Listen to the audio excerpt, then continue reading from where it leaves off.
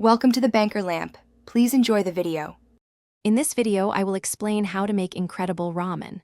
First, let's talk about the heart of any great ramen, the broth. For a truly rich experience, consider a tonkatsu style, simmering pork bones for up to 12 hours. If you prefer a lighter touch, a blend of dashi and chicken stock works wonderfully. Remember to add aromatics like ginger, garlic, and green onions to build a complex flavor foundation. Next, we tackle the tear, which is the concentrated seasoning that gives your ramen its signature flavor. This potent mixture typically includes soy sauce, mirin, and sake. It's designed to be quite salty, providing the crucial umami and seasoning for your entire bowl. You can also enhance it with dashi or the rich liquid from braising your chashu pork.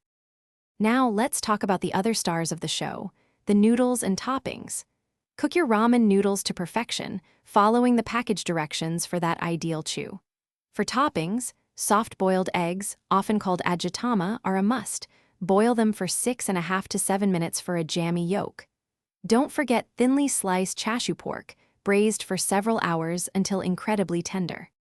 Finally, it's time to assemble your ramen masterpiece.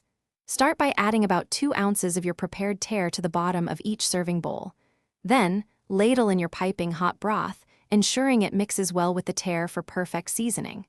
Carefully add your perfectly cooked noodles, followed by the chashu, soft-boiled egg, fresh green onions, and a sheet of nori. Enjoy your homemade ramen.